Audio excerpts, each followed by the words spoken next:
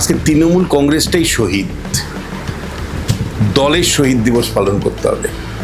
ধর্মতলায় যে জায়গায় ওনারা মঞ্চ বাঁধতেন সেই জায়গায় মঞ্চ বাঁধার পরে উত্তর থেকে দক্ষিণে যাওয়া কার্যত বন্ধ হয়ে যেত, মানুষ অশান্তিতে ভুগতেন। প্রায় কার্যত 21শে জুলাই ছুটি দিন পালন করতো কলকাতার মানুষ। শুভেন্দু অধিকারীর কাছে আমার জোর হাতে অনুরোধ, এই কালচার থেকে আমাদের মুক্তি দিন। বামেদের বিরুদ্ধে তীব্র সমালোচনা আমি করেছি, আমার বইগুলো তো লেখা এখনো আছে, কিন্তু বামেরা কেনাবেচার রাজনীতি করেনি। মমতা বন্দ্যোপাধ্যায় কেন, কংগ্রেস যখন ছিল একটার পর একটা পঞ্চায়েত পুরসভা বামেরা চালিয়েছে। এই যে শুভেন্দু অধিকারী, শিশির অধিকারীরা বিরোধী দল করেছে, ওদেরকে কিনে নিয়েছে নাকি? ভাই ভাই, এটা মডেল না খাতা, আর কত ফটোগ্রাফি করবি? চুপ কর, সামনে মাধ্যমিক, নোট জোগাড় করে পড়তে হবে। কবে পড়বি ভাই? গ্যালারি তো নোটের লাইব্রেরি আর স্টোরেজে পিডিএফ এর ছড়াছড়ি। ধুর, কোনটা পড়বো কোনটা ছাড়বো কিছুই তো বুঝতে পারছি না। আরে তাহলে মৌলিক লাইব্রেরির বই পড়। ওদের সম্রাট এক্সক্লুসিভ সাজেশন বইগুলোতে পাবি সমস্ত গুরুত্বপূর্ণ এমসিকিউ, এসএকিউ ও বড় প্রশ্ন একেবারে উত্তর সহ। কমন পাবো তো? টপারদের জিজ্ঞেস কর। সম্রাট এক্সক্লুসিভ সাজেশন মাধ্যমিক, ভালো রেজাল্টের পাসওয়ার্ড। ধর্মতলায় শহীদ দিবস হিসাবে 21শে জুলাই তৃণমূল কংগ্রেসের যে সভা, সেটা তৃণমূলের কাছে খুবই গুরুত্বপূর্ণ বলেই তারা মনে করেন। তৃণমূল জামানায় বিগত 15টা বছর ধরে এই 21শে জুলাই বা শহীদ দিবস কাদের, কংগ্রেসের না তৃণমূলের, এই নিয়ে তো তরজা প্রত্যেকবারই হয়েছে। কিন্তু যখন তৃণমূল কংগ্রেস আর রাজ্যের ক্ষমতায় নেই, তখন লড়াইটা একেবারে অন্য দিকে চলে গেছে। এখন তৃণমূলের অন্দরেই 21শে জুলাই বা শহীদ দিবস পালন নিয়ে তরজা চলছে। ভালো তৃণমূল 21শে জুলাই পালন করবেন নাকি খারাপ তৃণমূল, অর্থাৎ কালীঘাট তৃণমূল নাকি ঋতব্রত তৃণমূল? কোন তৃণমূল এবারে 2026-এ 21শে জুলাই পালন করবে, এ নিয়ে রীতিমতো রাজ্য রাজনীতি এখন উত্তাল। এই মুহূর্তে আমাদের সঙ্গে রয়েছেন রাজনৈতিক বিশ্লেষক বিশ্বনাথ চক্রবর্তী। স্যার, এই যে শহীদ দিবস 21শে জুলাই, এতদিন তৃণমূলের এটা না কংগ্রেসের এটা, এই নিয়ে একটা তরজা চলতো। এইবারে 2026-এ বিষয়টা একেবারে অন্য। ঋতব্রত তৃণমূল পালন করবে নাকি কালীঘাটের তৃণমূল পালন করবে? তারা দুজনেই পুলিশের কাছে। দেখো, সেদিন 21শে জুলাই সেদিন যারা মারা গেছিলেন তাদের প্রতি শ্রদ্ধা রেখেই বলছি, আজকে তৃণমূল কংগ্রেসটাই শহীদ, দলের শহীদ দিবস পালন করতে হবে। শহীদরা যারা, তাদের প্রতি সম্মান রেখেই বলছি। হয়তো তারাই দলটা শহীদ হোক এটা চাইনি, কিন্তু মমতা বন্দ্যোপাধ্যায় 15 বছর যে শাসন করেছেন, মমতা বন্দ্যোপাধ্যায়, অভিষেক বন্দ্যোপাধ্যায় যে রাজনীতিটা করেছিলেন, তাতে দলটাই আজকে শহীদ।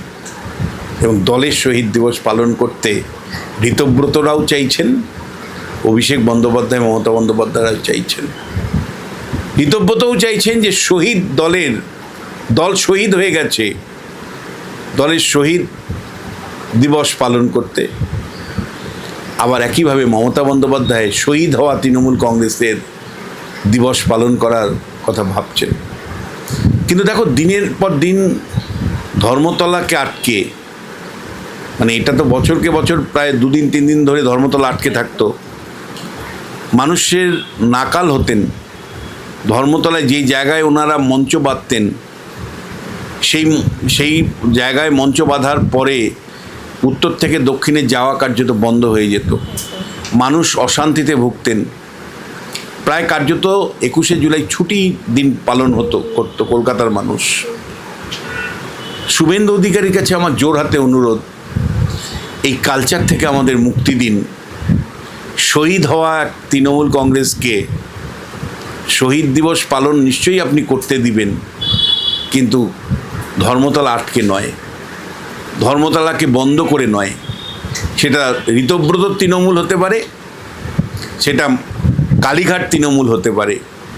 দয়া করে কাউকেই পারমিশন দেবেন না পুরো দিনটা নষ্ট করে, উত্তর থেকে দক্ষিণে যাতায়াত বন্ধ করে একটা ছুটির দিন আর উপহার দিবেন না। আপনি অবশ্যই মাননীয় মুখ্যমন্ত্রী শুভেন্দু অধিকারীর কাছে অনুরোধ, এই যে রেওয়াজটা চলছিল ধর্মতলায়, রাস্তা আটকে দিয়ে সভা, এই রেওয়াজটা প্লিজ বন্ধ করুন এটাই রাজধর্ম আপনার কাছে। তৃণমূল কংগ্রেসের দুটো গোষ্ঠীকেই অস্বীকার করুন যে না, কাউকেই রাস্তা আটকে তোমার দলের শহীদ হওয়ার, তৃণমূলের শহীদ হওয়ার পালন করতে আমরা দিতে পারি না। দুজনকে পারমিশন দিক, কাউকে উত্তরে দিক, কাউকে দক্ষিণে দিক, দূরে দিতে হবে কিন্তু, নাহলে কিন্তু মারপিট হয়ে যেতে পারে, বিরাট মারপিটের সম্ভাবনা থাকতে পারে। আমি তো ভয় পাচ্ছি যে ঋতব্রত হঠাৎ করে জাগৃত হওয়া আর ওদিকে কুণাল ঘোষদের যে কালীঘাটের তৃণমূল, দুটো যদি কাছাকাছি হয় তাহলে বিপদ। ফলে একজনকে যদি শহীদ মিনারে সভা করার অধিকার দেয়, তাহলে আরেকজনকে অন্য কোনো জায়গায় ভাবতে হবে, বারাসাত ঠারাসাত আশপাশে ওইসব জায়গায়। বা একজনকে যদি সোনারপুর বারুইপুরে দেয়, তো আরেকজনকে বরানগর, কামারহাটি এইসব জায়গায় কোনো মাঠে দিতে হবে, নাহলে কিন্তু বিপদ। ফলে আমি আশা করব প্রশাসন প্রথমত ওই রাস্তা বন্ধ করে, ধর্মতলা অচল করে যেটা চলছিল সেটা বন্ধ করা। দ্বিতীয় যেটা, সেটা হলো দুই গোষ্ঠীকে অবশ্যই পারমিশন দেওয়া উচিত, গণতন্ত্রের পারমিশন পাওয়া উচিত। গণতন্ত্রের যে কোনো গোষ্ঠী হোক, দল হোক, অবশ্যই তার রাজনৈতিক কর্মসূচি পালনের অধিকার আছে, সরকারের দেওয়া উচিত। শুভেন্দু অধিকারী নিজে 100-র উপরে বারবার হাইকোর্টে গিয়ে পারমিশন চেয়ে তারপরে সভা সমিতি মিছিল করতে হয়েছে। ফলে তিনি ভুক্তভোগী, তিনি জানেন যে বিরোধী থাকাকালীন যারাই আছে তাদেরকে সভা সমিতি করার সংবিধানের যে 19 নম্বর ধারায় অধিকার আছে সেটা দিতে হবে। দূরে দিবেন দয়া করে, একজনকে উত্তরে দিবেন তো আরেকজনকে দক্ষিণে দিবেন। পাশাপাশি রাখলে বিরাট অশান্তি হতে পারে, মারপিট হয়ে যেতে পারে। না, একটা ভিক্টোরিয়া হলে ওর সাথে কোনো মতেই দেওয়া যাবে না। রাস্তা বন্ধ করে, আমাদের কষ্ট দিয়ে, উত্তর আর দক্ষিণ কলকাতার মধ্যে সংযোগ বন্ধ করে দিয়ে, আর সেদিন কার্যত মানে একটা ছুটির দিন পালন করার মতন অবস্থান তৈরি করে, অর্থনৈতিক ধ্বংস করে এই কর্মসূচি পালন করতে আর দেওয়া যাবে না। আর তৃণমূল ওই কর্মসূচি পালন করতে বলে সবারই একটা মানে চ্যালেঞ্জ থাকতো যে আমরাও করব। মানে বিজেপি কখনো হাইকোর্টে গিয়ে মামলা করে ওখানে সভা করেছে, কখনো অন্য রাজনৈতিক, একবার মনে আছে মীনাক্ষীরা করলো, মানে সিপিআইএম থেকে করলো। ফলে ওটা একটা প্রতিযোগিতা লেগে যেত যে তৃণমূল কংগ্রেস করে ভিক্টোরিয়ার সামনে মঞ্চ বেঁধে মিটিং করে 21শে জুলাই, আমরাও করে, আমরা কেন পারবো না? এবং রাইট টু ইকুয়ালিটি, সাম্যের অধিকারে সত্যি তৃণমূল যদি পারে, তাহলে বিজেপিকেও তোমাকে দিতে হবে, পারমিশন দিতে হবে, সিপিএমকেও পারমিশন দিতে হবে। এই কারণে 2-1বার কোর্ট পারমিশনও দিয়েছে। কিন্তু এই এন্টার যে কর্মসূচি পালন, মানে একেবারে কলকাতার ধমনীকে আটকে দিয়ে, তার ফলে মানে আমার মনে হয় এর ফলে মানে যে অচল অবস্থা সারা কলকাতা জুড়ে তৈরি হয়, সারাদিন বন্ধের মতন পরিস্থিতি তৈরি হয়, এটা একেবারে চিরস্থায়ীভাবে শুভেন্দু অধিকারীর কাছে অনুরোধ, এটা বন্ধ করুন। একেবারে কোনো দলকেই ভিক্টোরিয়া হাউসের সামনে অনুমতি দেওয়া উচিত নয় বলে আমি মনে করি। আর দুটো গোষ্ঠীকে অনুমতি নিশ্চয়ই আপনি দিবেন, কিন্তু অনেক দূরে দেবেন, যাতে করে এদের মধ্যে ক্যাচাল বা অশান্তির থেকে নতুন করে আবার সমস্যা তৈরি না হয়। থার্ড হলো যে তৃণমূল কী পালন করবে, কোন শহীদ আপনারা পালন করবেন? বিরোধী থাকাকালীন শুধুমাত্র 321 জন বিজেপির কর্মী সমর্থকরা, তারা বিজেপি করতে বলে তাদেরকে শহীদ করেছেন। আপনাদের শহীদ দিবস পালন করার অধিকার কারণেই না ঋতব্রত বন্দ্যোপাধ্যায়ের আছে, যিনি সিপিএম থেকে এসছেন, না কুণাল ঘোষের আছে বা অভিষেক বন্দ্যোপাধ্যায়ের আছে। যারা আপনারা 15 বছরে দিনের পর দিন যেভাবে বিরোধীদেরকে শহীদ করেছেন, যেভাবে মানে বিজেপি, সিপিআইএম, কংগ্রেসের একের পর এক কর্মী সমর্থক নেতাকে আপনারা মেরেছেন, হত্যা করেছেন। শুধু 21-এর বিধানসভা নির্বাচনের পরে 55 জন বিজেপি কর্মী সমর্থকদেরকে 5 দিনে মেরেছিলেন, শহীদ করেছিলেন। তারপরে আপনাদের শহীদ দিবস পালনের কোনো অধিকার নেই। আপনাদের শহীদ দিবস কোনো গোষ্ঠীরই, সিপিএম থেকে আসা, তৃণমূল আজকে হওয়া ঋতব্রত অথবা কুণাল ঘোষের কারো অধিকার নেই, কোনো গোষ্ঠীর অধিকার নেই শহীদ দিবস পালন করা। কারণ আপনারা শাসন ক্ষমতায় থাকাকালীন বিরোধীদের শহীদ করেছিলেন। শুধু তাই নয়, আপনারা গণতন্ত্রকে শহীদ করেছেন। পশ্চিমবাংলা নির্বাচন করতে দেননি আপনারা, যে কায়দায় পঞ্চায়েত নির্বাচন থেকে শুরু করে পুরসভা নির্বাচন করতেন, যে নির্বাচনের উপর মানে ভিত্তি করে আপনারা সেদিন শহীদ দিবসের ডাক দিয়েছিলেন, সেদিন আপনারা ভোটার আই কার্ডের ডাক দিয়েছিলেন, সেই ভোটার আই কার্ড আপনারা কেড়ে রাখতেন, আপনাদের পার্টি অফিসে কেড়ে রাখতো, দিনের পর দিন মানুষকে আপনারা ভোট দিতে দেননি। ফলে আপনাদের কোনো নৈতিক অধিকার না ঋতব্রত বন্দ্যোপাধ্যায়ের আছে, না কুণাল ঘোষদের আছে শহীদ দিবস পালন করা। আপনারা একটা দিবসই পালন করবেন, তৃণমূল কংগ্রেসের শহীদ হওয়া। তৃণমূল কংগ্রেস শহীদ হয়ে গেছে, ক্ষমতাচ্যুত শুধু হয়নি, পার্টি ভেঙে গেছে, খান খান হয়ে গেছে। মমতা বন্দ্যোপাধ্যায় অভিষেক বন্দ্যোপাধ্যায়কে কেন্দ্র করে বিদ্রোহ, দিল্লিতে পার্টি এনসিপিআই এর সাথে যুক্ত হয়ে গেছে, তা আপনার সাংসদরা সমস্ত এনসিপিআই এর সাথে যুক্ত হয়ে বলেছে আমরা নরেন্দ্র মোদীকে সমর্থন করি। এখানে আপনার পার্টির 65 জন বিধায়ক বেরিয়ে গিয়ে বলছে আমরাই আসল তৃণমূল। তারা আপনার ছবি, মমতা বন্দ্যোপাধ্যায় আপনার ছবি ঋতব্রতরা ব্যবহার করছে না, আর আপনার সামনে আপনার সাথে পড়ে আছে 4-5 জন কুণাল ঘোষের মতন মানুষ, কল্যাণ ব্যানার্জির মতন মানুষ। ফলে আপনারা খান খান হয়ে গেছেন, ফলে আপনারা নিজেরাই শহীদ হয়ে গেছেন। ফলে শহীদ দিবস, তৃণমূল কংগ্রেস শহীদ হয়ে গেছে, তার দিবস যদি আপনারা পালন করতে চান অবশ্যই করতে পারেন, কিন্তু আলাদাভাবে আপনারা সেই পুরনো শহীদ দিবসকে ফিরিয়ে আনার কোনো আপনাদের সুযোগ নেই, কারণ আপনার নীতি নৈতিকতা হারিয়েছেন 15 বছর শাসন করে। সেটা তো তাহলে 21শে জুলাই হবে না, 4 মে হবে। সে একদম মানে আগামী মানে ওই 4 মের তো শহীদ দিবস পালন করেননি ওনারা, ওটাই 21শে জুলাই তাদেরকে পালন করতে হবে। তৃণমূল কংগ্রেস শহীদ হয়ে গেছে।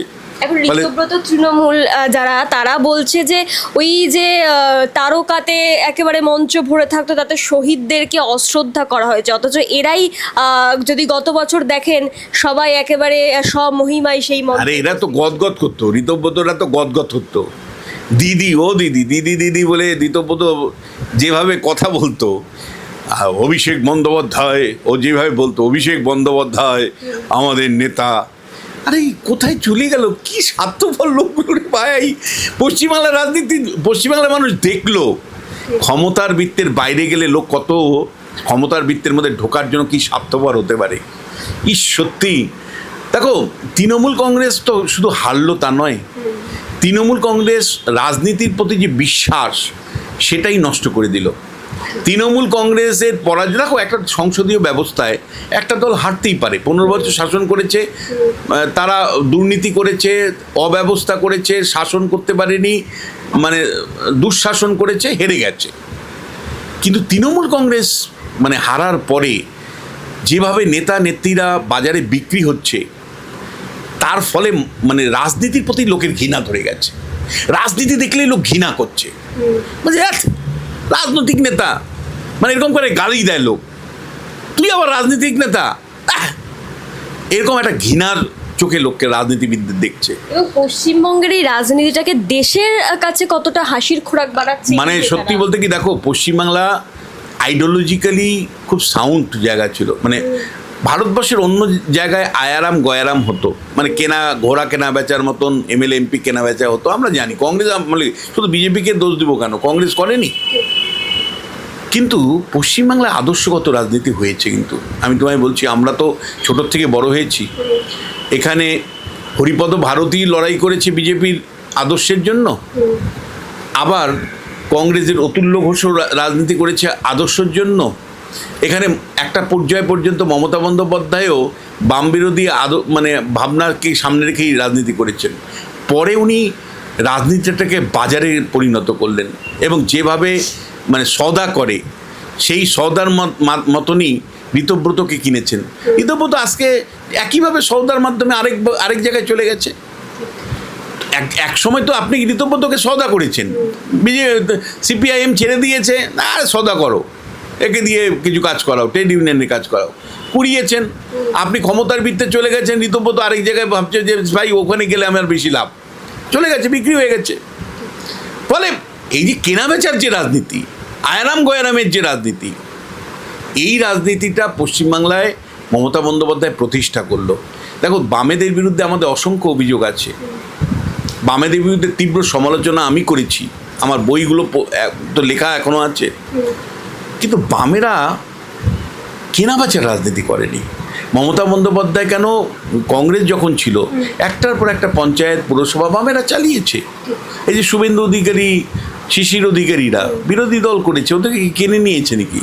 বা তোমার কাথি পুরসভা তো সবসময় বিরোধীদের থাকতো, কংগ্রেস দলের, তারপরে তৃণমূল কংগ্রেসের, মানে তারপরে তোমার গিয়ে তমলুক, বহরমপুর, জলপাইগুড়ি, কত পুরসভা, রায়গঞ্জ, বালুরঘাট, এইসব প্রচুর পুরসভা মানে বিরোধীদের থাকতো, কেনাবেচা করতো নাকি বামেরা? কিন্তু তৃণমূল কংগ্রেস যে কেনাবেচা রাজনীতিটা চালু করেছে, তার নিজের খেলায় মমতা নিজেই হারলেন। যে খেলা মমতা বন্দ্যোপাধ্যায় শুরু করে গিয়েছিলেন, কেনাবেচার খেলা, সেই কেনাবেচার খেলা দিয়ে কিন্তু মমতা বন্দ্যোপাধ্যায়ের শহীদ হলেন, তার দল শহীদ হলো, তৃণমূল কংগ্রেস শহীদ হলো।